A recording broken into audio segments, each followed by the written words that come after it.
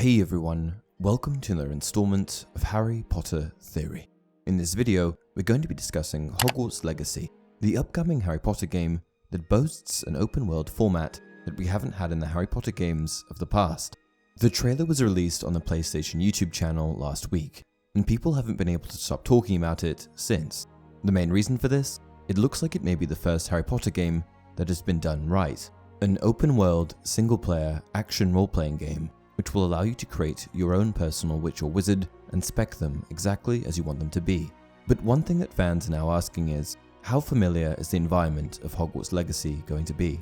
Sure, we know Hogwarts and we know the magical world, but the game is supposedly set in the late 1800s, exact date to be confirmed, so I expect that it's going to be presented in a different format. The game takes place around 100 years before Harry Potter starts attending Hogwarts, and we, the player, will run through the game as a student of Hogwarts School of Witchcraft and Wizardry during the late 1800s. This time frame introduces one very big question: how familiar is the wizarding world actually going to be? Adrian Ropp, head of story at Avalanche Software, who are bringing us the game alongside Portkey Games, had this to say. The Portkey Games label gave us a unique opportunity to return to Hogwarts during a different era. We are always asking ourselves how we can draw from the rich library of characters, creatures, and themes, and imagine how those details would influence the school more than a century before Harry Potter's arrival. Who was the headmaster? What challenges did students face? What influenced their society before Tom Riddle, before Newt Scamander? I like to say that what we are giving fans is something familiar in a way they have never seen. What this tells me is this: Avalanche and Portkey are approaching the Harry Potter universe from their own new, unique perspective in an effort to introduce concepts, ideas, characters, and creatures that we aren't already familiar with. They don't want to deviate from canon or existing lore, but they want to explore the unexplored, simultaneously giving us something new to think about while answering some of the questions that may have been lingering in our minds since the books and films were first released. Ropp continues, "We embrace what we know and challenge ourselves to expand upon it. Nearly Headless Nick would have been floating around, loyal and cheerful as ever.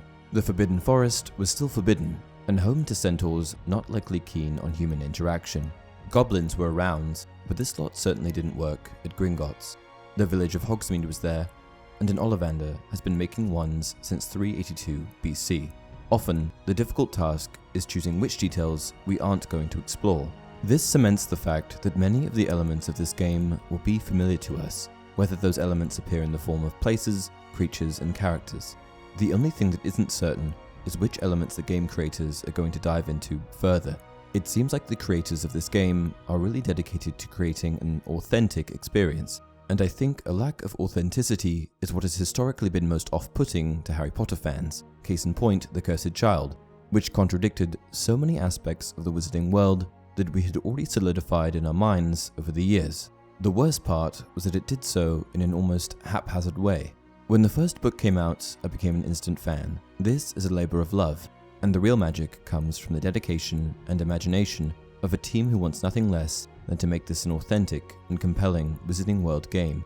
Ropp continues, "Sometimes I stop to appreciate the surreal nature of my story meetings. How should this character's voice change when they drink polyjuice? How long do house elves live? Are graphorns omnivores?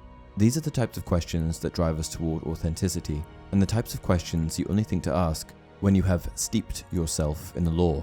Okay, so now that we've confirmed that we're going to be seeing some familiar places, characters, and creatures, the next question that needs to be answered is, who are we likely to see? The game takes place in the late 1800s, and this should certainly help us to narrow it down. In a previous video, I discussed whether or not Dumbledore would appear in the game, so you should check that video out for a more in-depth explanation. However, given that Dumbledore was born in the year 1881 and that he began attending Hogwarts in 1892, I think that it's highly likely that we'll see the former Hogwarts headmaster in some way, shape, or form, whether he's an integral part of the story or not. Similarly, Grindelwald, who was born around the same time as Albus Dumbledore, may appear in the game, though I expect that this is unlikely given that he would have been attending school in a different part of the world. Another character that I'm almost certain we will see is Sirius Black's grandfather, Phineas Nigellus Black, who served as headmaster of Hogwarts until the year 1925 when he died.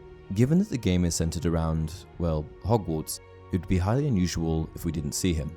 Another former headmaster of Hogwarts that we may see is Armando Dippet, who succeeded Phineas Black as headmaster. However, given the time frame, I expect that we will see Armando Dippet in some kind of teaching position. Another character that we may see who is a bit less close to home is Garrick Ollivander's father, Gerbold Ollivander, who ran Ollivander's One Shop before Garrick.